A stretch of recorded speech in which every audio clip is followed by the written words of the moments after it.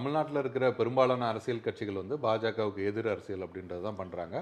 நீங்கள் சொன்ன மாதிரி ஒரு மக்கள் மனநிலை உள்ள ஒரு மாதிரி தமிழ்நாடு ஸ்டேட்டே வந்து ஒரு பாஜக அரசியலுக்கு ஒரு எதிரான நிலையில தான் பெரும்பாலும் இருக்குது. இந்த ஒரு சூழலில் நீங்கள் இப்படி ஒரு முடிவு எடுத்திருக்கீங்கல்ல, அது எப்படி சார்? நான் எல்லா கட்சியும் பார்த்துருக்கேன்ல. அவங்க தலைவருடைய புத்தி எனக்கு தெரியும் இல்லையா? அப்படி சொல்ல அவங்க தலைவரோட புத்தி எனக்கு தெரியும். எல்லா கட்சியும் பார்த்துருக்கேன்ல சார். நான் கேட்குறேங்க, நான் ஒரு கேள்வி கேட்குறேன். திமுக தானே எதுக்குறாங்க? 3 விஷயம் சொல்லட்டுமா? திமுக மதுரையில் கலைஞர் ஆட்சி காலத்தில், இன்னைக்கு இல்லை, ஒரு 50 ஆண்டுகளுக்கு முன்னாடி மதுரை முத்து மேயரானதுக்கு ஜனசங்கம் இந்த ஓட்டு போட்டு. ஆமாம், சேஷாதிரி. அப்போ மட்டும் பேச தெரியுதா உங்கள் ஓட்டு ஒன்று? சரி, அதுக்கு பிறகு வாங்க, எமர்ஜென்சியில் போராடும்போது ஜனசங்கமும் போராடினது.